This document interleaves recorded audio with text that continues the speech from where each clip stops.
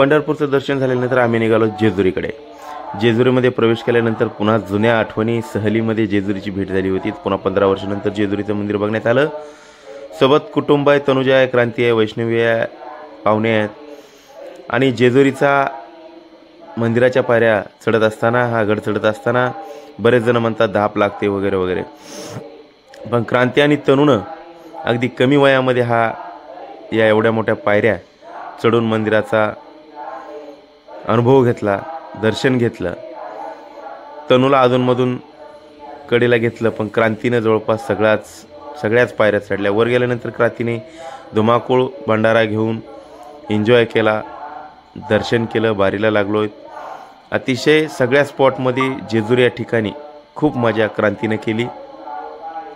सहपरिवार खंडोबारायाचं दर्शन जेजुरीमध्ये घेतलं आणि त्यानंतर पुन्हा आम्ही निघालो पुण्याकडे.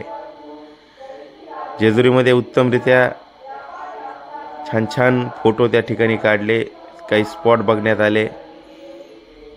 एक सुंदर असा मंदिर, आणि खरंच जेजुरी कितीदाही पाहिली तरी पाहावीस वाटल असं हे ठिकाण म्हणजे जेजुरी आहे. तुम्ही कधी पाहिली नसेल तर नक्की जेजुरीला भेट द्या.